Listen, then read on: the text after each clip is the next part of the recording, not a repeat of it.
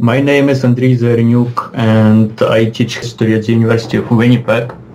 And my book, Framing the Ukrainian Peasantry in Habsburg Galicia, was published in 2013. And it's basically the history of the Ukrainian peasantry in the 19th century Habsburg Galicia. 1846 was the year of the attempted Polish uprising in Galicia, when Polish revolutionaries, some of them members of the nobility, some not, tried to rebuild Poland, but on the new basis. Poland as a democratic republic of free citizens with no serfs and no landlords there. And this attempted uprising, usually neglected in the Ukrainian historiography, actually did influence the development of the Ukrainian national identity and of the Ukrainian movement in that Austrian province. So this is my starting point. And 1846 was also intimately connected with the revolution of 1848, an all-European revolution, in which, as we know, organized Ruthenian or Ukrainian movement emerged. The first Ruthenian or Ukrainian political organization in Galicia was created, the first Ruthenian newspaper was published, and so on. I developed this interest in Habsburg Galicia when I was still a kid, right? Because 19th century was not something that we heard a lot about in the Soviet Union. So especially the story of the Ukrainian movement, right? Ukrainian organizations, Ukrainian political parties, Ukrainian institutions, the emphasis was just on the class struggle. So at the end of the 1980s, early 1990s, there was, I guess, a historiographical boom when it comes to the study of the Habsburg Galicia in Ukraine, right? The story of the Ukrainian national movement, of the Ukrainian national revival, was rediscovered, and virtually everyone working on the 19th century or 19th and first half of the 20th century focused on that. For me, the problem was that somehow the story of the peasantry, right, that constituted the bulk of the Ukrainian population at the time was neglected by historians, partly because this was a reaction to this class struggle narrative that dominated in the Soviet historiography, where it's always, exploit peasants and noble exploiters of the peasantry when it comes to the 19th century. And there were countless studies of class struggle of the peasants against their oppressors and so on. So it's understandable that this new generation of the Ukrainian historians at the end of the 1980s and the 1990s neglected the peasants. But for me, this was a great injustice to this class that essentially shaped to a large extent the Ukrainian nation as it emerged into the 20th century. So I decided to somehow exonerate peasants and to provide a slightly different look at this history of the Ukrainian peasantry in the 19th century. I should probably say that this book, even though it's about the Ukrainian peasantry, it's in Galicia, it's actually a larger revision, I would say, of a conventional historiographical narrative that we find in the majority of the Ukrainian surveys or surveys of the Ukrainian history and the textbooks of the Ukrainian history. So I basically revisit all those important historical landmarks or stages, right, in the development of the Ukrainian national movement in Galicia in the 19th, early 20th century. Basically, at every stage in my book, you will encounter a kind of fresh interpretation of the familiar events. Starting with 1846, the same goes for the revolution of 1848. For example, the kind of traditional story was that Ukrainian elites, right, the Ukrainian national activists in 1848 remained loyal to the emperor, to the court, and they were reactionary, right? They were anti-revolutionary. The Polish nobility was revolutionary and separatist, right, because they tried to restore Poland, and Ruthenians remained loyal to Vienna, to the emperor, to the court. But the story is more complicated because they also embraced revolution to an extent, right? They were liberals. They wanted constitution. And for them, there was no contradiction because in 1848 you have concessions, right, from the emperor, from the court. They do promise a parliament and a constitution to the empire. And so they could be loyal to the emperor and quite liberal. Some of them even embracing the revolution and this kind of larger program of the UN liberalism. Then if we move further forward to the 1860s, there was the story of struggle for the servitudes or rights to use common pastures and forests by the peasants. And again, in the Soviet historiography, not just Soviet, but also Polish historiography under the communist rule, it was a typical example of the class struggle, right? You have peasants resisting Polish landlords, and the Ukrainian National Movement sides with the peasants. That's where this, or even back in 1848, that's where this connection emerges that, class interests of the peasants basically coincide with the interests of the Ukrainian movement, larger Ukrainian national movement, right? And again, in my book, I showed that things were more complicated, that Ukrainian national activists, educated activists at the time, didn't know what to do with those peasant riots, right, and peasant struggles, because as good liberals at the time, they actually acknowledged that, yes, private property should be introduced, finalized, and all those commons will be gone eventually, and there is nothing we can do about that.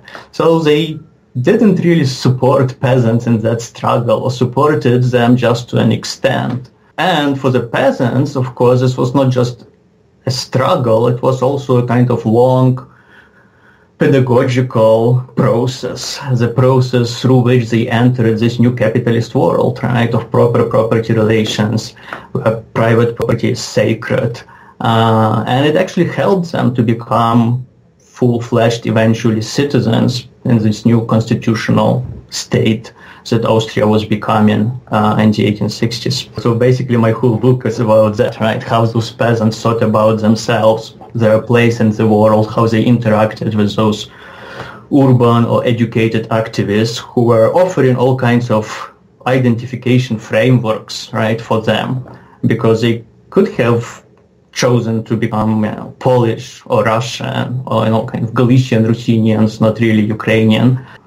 We shouldn't try and impose, right, some kind of definite identification upon those peasants, because people don't have to identify with some larger group. Right? And, I think for typical Galician peasants in the first half of the 19th century, this was not a question. No one actually asked them to which larger group you belong. And the difference was there. They knew that there are Roman Catholic churches, and this is not their church, right? They also distinguished between urban gentlemen and rural folk like themselves. They knew about the state, the Austrian state, the emperor. They had some political loyalty, right? They didn't have to have an identity in our modern sense of the word, right? So, and even in the 1860s, so you have all those frameworks, and peasants became aware of them, right? And they used them, but their usage is very eclectic. It's hard to say that, at this point in time, they feel that they are, kind of Galician Ruthenians, but not Ukrainian yet, or here they feel that they are part of the Russian nation, large Russian nation. It was never the case, so we shouldn't think about identity as just identification that defined larger group. It's all about projects, what they have to offer to people, and how people use them eventually, right, to actually promote some other agendas of their own. All my findings were unexpected. I didn't have, a kind of formed theory, not to mention some kind of finalized, right, hypothesis when I started working with the sources. So all my findings came from the sources, from my interaction with them, from the archival material, published documents that I read. All of them were surprising. For example, this question about Ukrainophiles and Russophiles or moskvophiles, right? So at a certain point in time, let's say in the 1870s, the Russophile orientation among the Galician Ukrainians was actually dominant, right? So probably the majority of activists, of those who identified themselves as local Ruthenian, Ruski patriots, they were actually Russophile, right? So they were rejecting this Monero-Ukrainian option. They were looking to the Russian Empire, to the larger Russian civilization. Sometimes they call it Rus civilization, but it was inclusive, included Great Russia, White Russia, as well as Little Russia and Red Russia, or Galicia, Galician Rus. And, this was also the period of immigration. Some very prominent Galician Ruthenian patriots, Yakів Головацький. He was one of the Ruthenian triad, the first, basically, founders, right, of the literature and vernacular in Ukrainian, Markіян, Шашкевич, Іван, Богалевич, and Яків Головацький. And Yakів Головацький became explicitly Russophile and eventually emigrated to the Russian Empire, right? Died in Vilnius, which was back then in the Russian Empire. Many of them, of course, didn't know real Russia.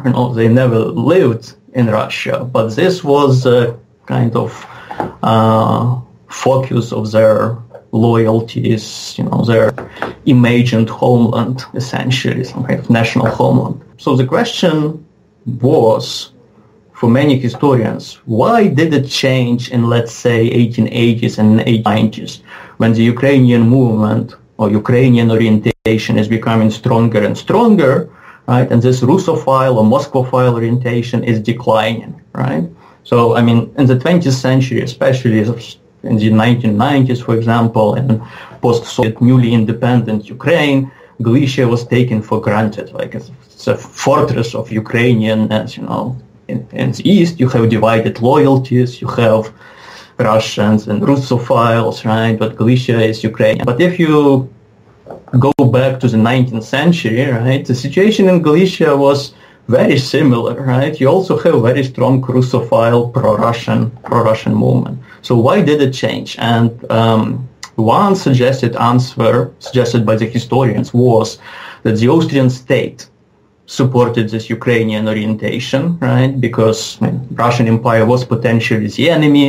Those Russophiles were potentially disloyal, right, to the Habsburg Monarchy. So to strengthen the empire, its presence on the borderland, they supported the Ukrainian movement.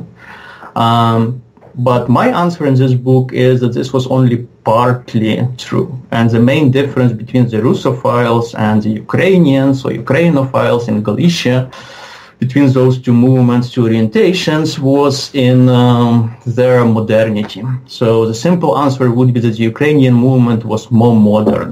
It embraced this modern vision of the world, divided into nations or nation states, which are inherently democratic, right? Which are constituencies essentially of citizens, right? That's what a nation state is. It's not just about, people speaking the same language, or it's actually not about people speaking the same language, because we have nation states that use several languages, right?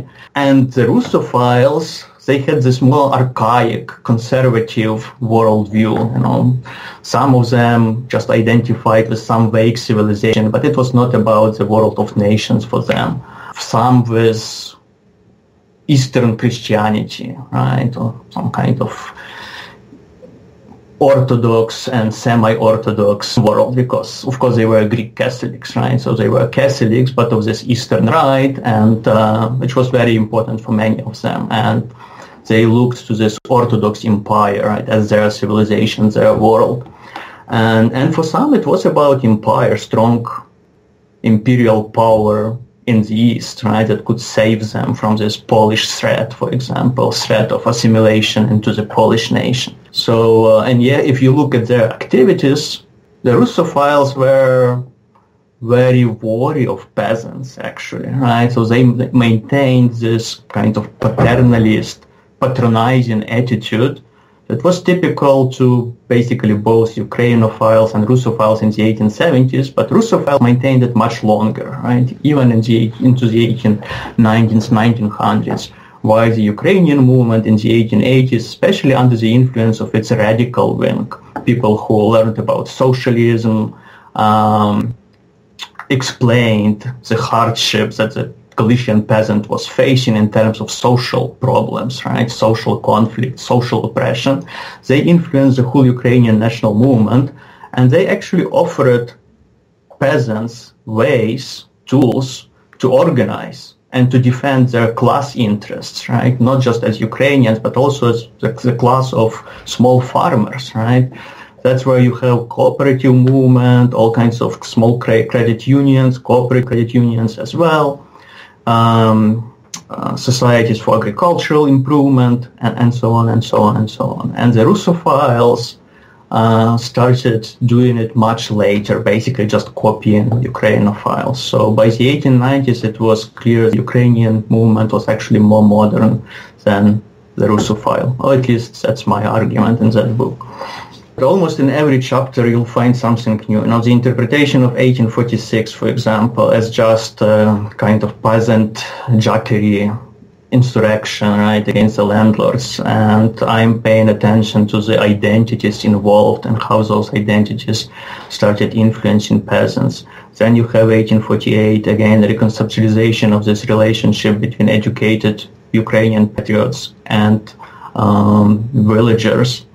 The 1860s, the struggle for servitudes or common pastures and forests, the trajectory of the Ruthenian movement in the 1870s, 1880s. All these were major discoveries, I think, I hope, and they are all major departures from what we used to think that we knew about Galicia in the 19th century. Starting with the 1980s, you have growing scholarship focusing on Galicia, both Ukrainian, Polish, and also Jewish Galicia, which is, just as important. But there are some topics which are neglected, and I think that most of the history focuses on the political and intellectual, cultural history of the region.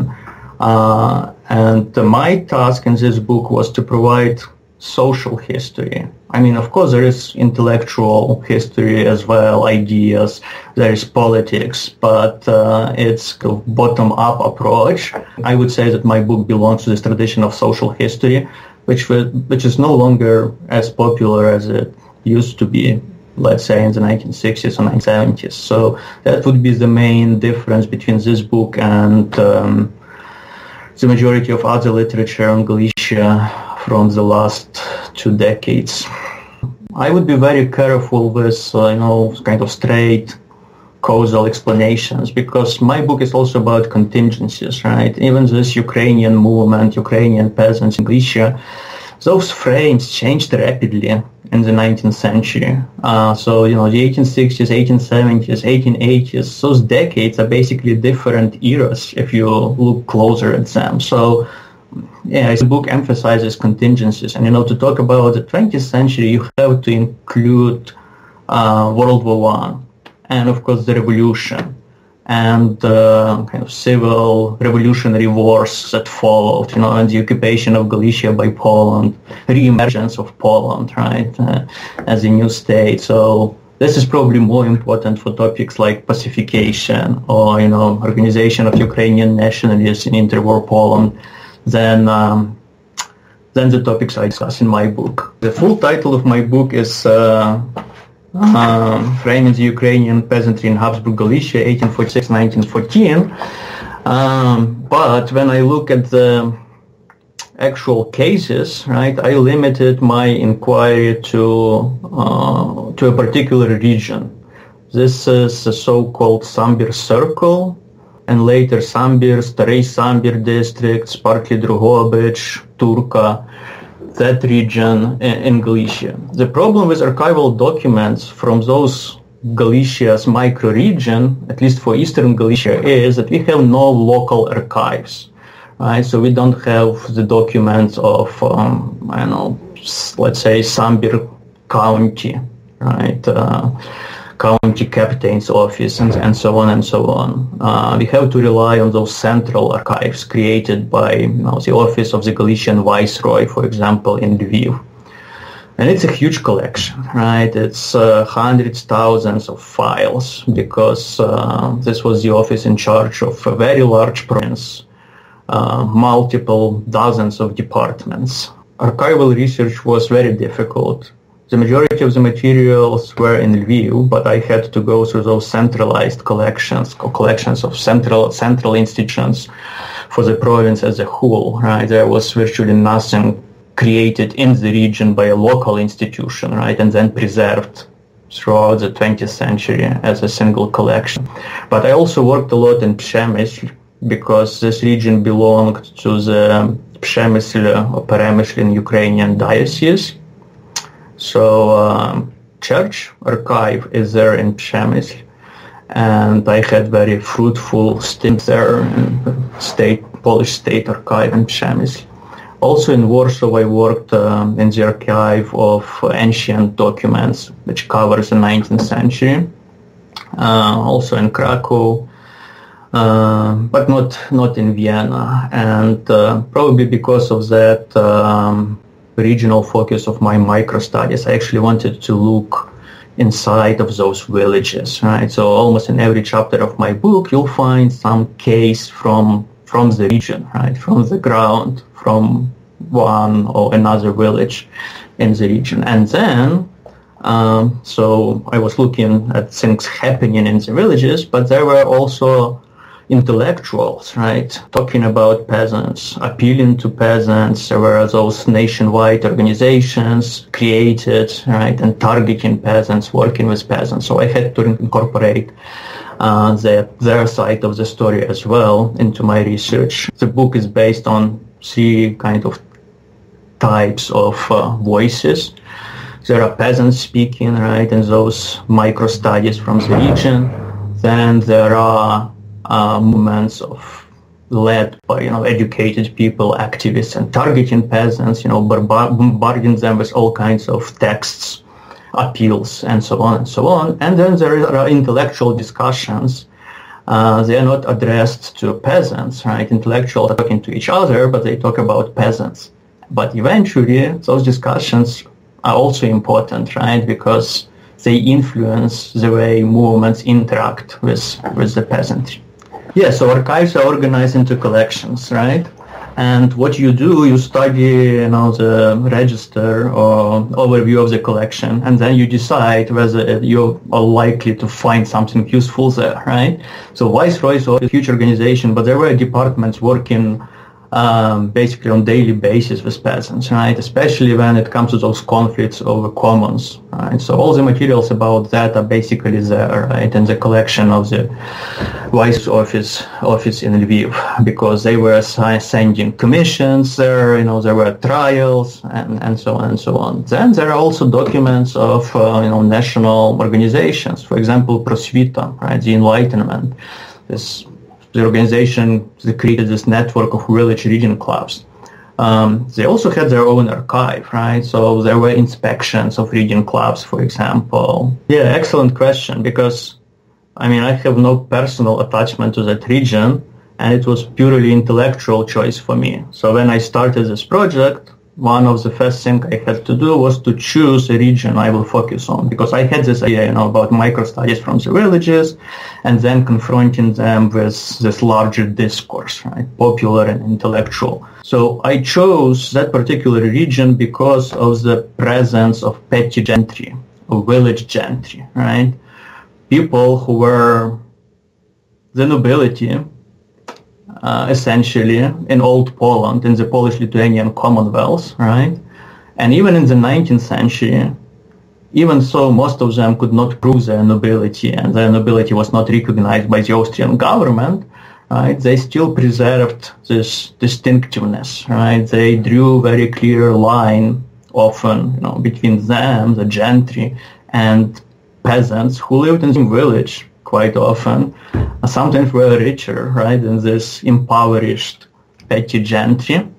And the presence of that petty gentry is very important for my re-examination of this paradigm, that Ukrainians and peasants, their interests coincide, And that's how basically this Ukrainian nation strong link emerges and modern Ukrainian nation is formed in Galicia, right? Because in the case of petty gentry, you have actually local tension between them and peasants, right?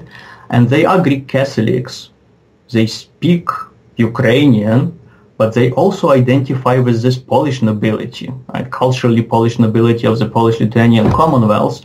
And they want to maintain this separation from local peasantry, right? Believing that they are somehow different, better, right, than their peasant neighbors. So I chose this region for the petty gentry, I think. But also because Sambir was an important center, right? So there was a court, a prison, also a high school, gymnasium. So it was quite typical, right? Quite typical town for Galicia with, kind of all the administrative infrastructure, educational infrastructure that you would expect from a provincial Galician center.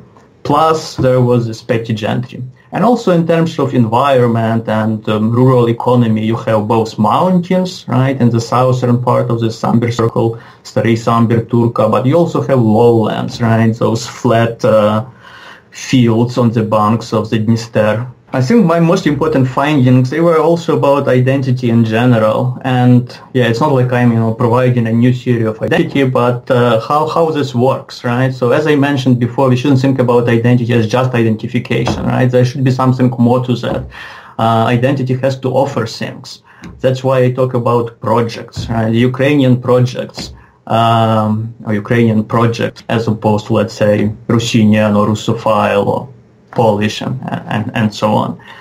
And those identities also have to be sustained, right? And they are usually sustained with the help of institutions and debates, right? So if you look at the activities of Prosvita, for example, in the 1890s, 1900s, and it's a unique case because the state is not Ukrainian, right? The state is not really, supporting this Ukrainian identity. The state is interested in some kind of all-Austrian imperial loyalty, right, of its population.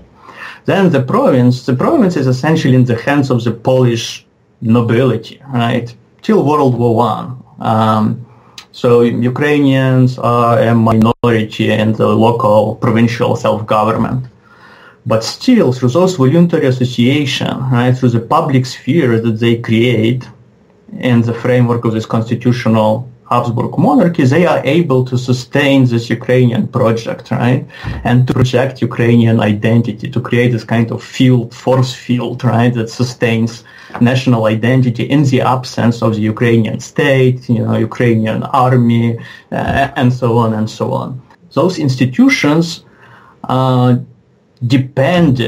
absolutely depended on the civil society or, this public sphere, whatever we call it. So if you look even down to individual villages, what happens with the reading clubs is that they create alternative to the village government, right? Kind of independent public sphere able to check, right, the village mayor, members of the village council, and to monitor their activities. There are all kinds of corruption scandals that those activists from the reading clubs discover, and then they report about it to the national newspapers and so on and so on. And those reading clubs became kind of kernels for a much larger, complex public sphere that was built almost in every Galician village, because eventually, credit unions, cooperatives, firefighting societies, gymnastic societies, agricultural circles, and so on and so on were attached, right, appeared from this public sphere, right, not were imposed by the state, right, attached to this village administration, to the village government. No, they were created from below, right, as voluntary associations, independent from the state, right, as a public sphere. In previous historiography, the idea was that class identities are somehow real, right, or more real than national. This socio-economic conflict is there, whether we want it or not, and national identities are more kind of superstructural, if not to say superficial, right? And one of my findings, or my arguments in this book, was that this modern social class identity was just as artificially created as national one. You also have to you also need intellectuals, right, identifying the social conflict, suggesting some solutions, right, some ways to deal with it. And basically I am arguing in my book that the peasant class, peasantry as we understand it right now as a class with kind of distinct sociological profile, right, its own set of class interests, appeared basically simultaneously with this modern Ukrainian nation, right? So national identities and class identities were equally constructed and basically emerged simultaneously in Habsburg Galicia at the end of the 19th, early 20th century. Actually, I started working on this project back in the 1990s, right? And it was still the decade when postmodernism, post-structuralism were quite fashionable and not really used by the historians of my region, right, of Ukraine or Eastern Europe much. So I guess my theoretical toolbox comes from there, from post-structuralist theory, from linguistic turn, right? That's why you have this metaphor framing, so much attention to discourse. Michel Foucault was very important, and his work, but also historians of Western Europe and North America who worked in this key, starting with the 1980s, more or less. As to your first question about my next project or follow-up, I actually switched to something completely different, and I've almost finished another major project, another book, and it's the history of the Lviv main railway station in the 20th century. So from the rural setting I switched to the urban one, and from the 19th century to the 20th. And it's basically a history that begins again with the Habsburg Empire, in the year 1900, because the station was finished in 1904, and then follows the story of the station and the history of Lviv, right, of the city, through this main railway station, through both world wars, interwar Polish period, and then post-war Soviet Union, and I end my story in 1980, more or less. There is still Brezhnev, no one expects the collapse of the Soviet Union, so this is basically my history of Lviv in this short 20th century. Thank you, the pleasure was mutual. Дякую вам.